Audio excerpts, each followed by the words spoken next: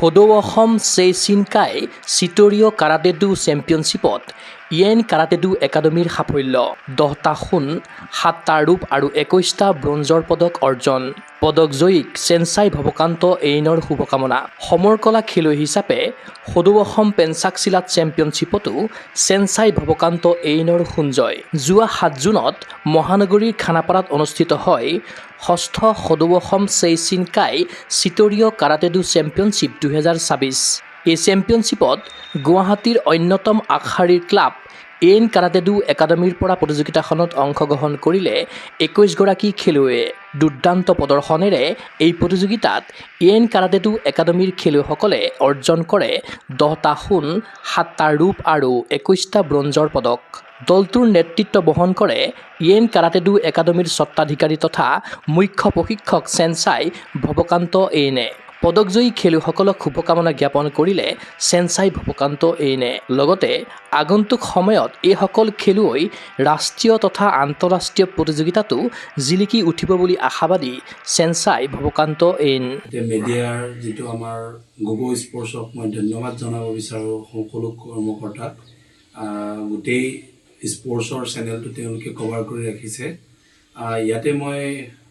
নিজকে অনুভৱ কৰিছো হেপি অনুভৱ কৰিছো যে কি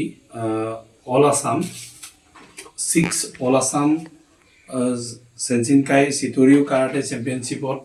7 জুনত আমাৰ ভেটেনেৰী ইনডোৰ ষ্টেডিয়ামত হৈ গৈছে খানাপাৰাত তাতে আমাৰ 21 জনীয়া দলটা মই ইয়েন কাৰাটে ডু একাডেমীৰ মুখ্য প্ৰশিক্ষক হিচাপে মই তাত আমাৰ ল'ৰা ছোৱালী অংশগ্ৰহণ কৰিছিলে তাতে মই ধন্যবাদ দিব বিচাৰিছো আমাৰ অভিভাৱকসকলে বহুত গৰমৰ মাজেৰে তেওঁলোকৰ ল'ৰা ছোৱালীক প্ৰতিভা বিকাশ কৰিবৰ কাৰণে মোৰ ওচৰত তেওঁলোকে বহুত বছৰৰ পৰা অনুশীলন কৰি আছে প্ৰশিক্ষণ লৈ আছে ইয়েন কাৰাটে আৰু এনেকৈ বিভিন্ন কম্পিটিশ্যনত এচিভমেণ্ট পাইছে ইয়াতো আমাৰ 21জনীয়া দলত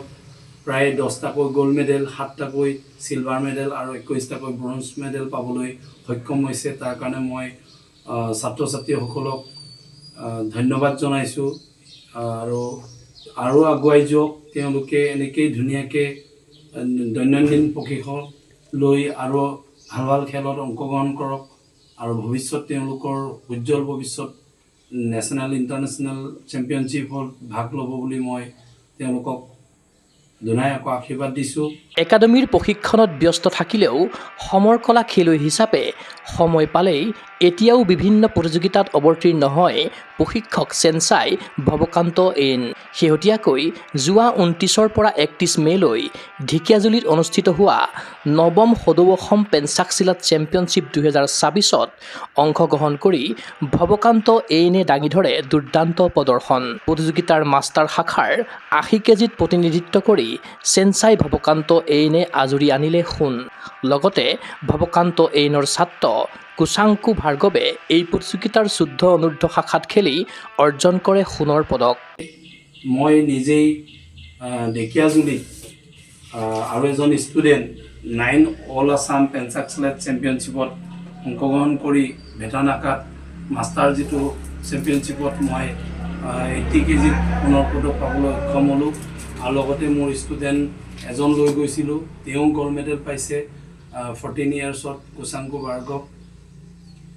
খুব ভাল লাগিলে মনৰ প্ৰবল ইচ্ছা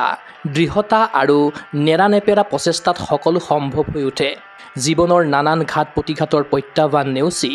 দৈনিক প্ৰশিক্ষণ চলাই গ'লে ক্ৰীড়াংগনত লাভ কৰিব আপুনি সাৰ্থকতা এনেধৰণেৰে উদিত খেলুৱৈসকলক বিভিন্ন দিশত পৰামৰ্শ আগবঢ়ালে চেনচাই ভৱকান্ত এইনে ক'ব বিচাৰিছোঁ যে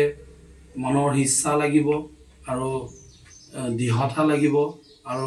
নেৰানেপেৰা প্ৰচেষ্টাত আগুৱাই যাবৰ কাৰণে খুব ঘাট প্ৰতিঘাতো হ'বই তাৰ মাজৰে নিজৰ দৈনন্দিন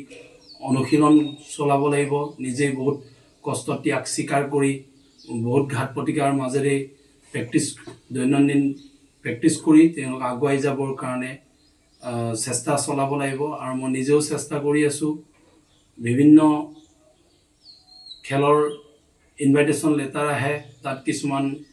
ফাইনেন্সিয়েলি অসুবিধা হ'লে কেতিয়াতো যাব নোৱাৰোঁ কিছুমান খেলত মই এতিয়াও অংশগ্ৰহণ কৰি আছোঁ ভগৱানৰ ওচৰত প্ৰাৰ্থনা আৰু মোৰ দেউতাৰ ঢুকাই গ'ল। দেউতাৰ মোৰ আশীৰ্বাদ আছে,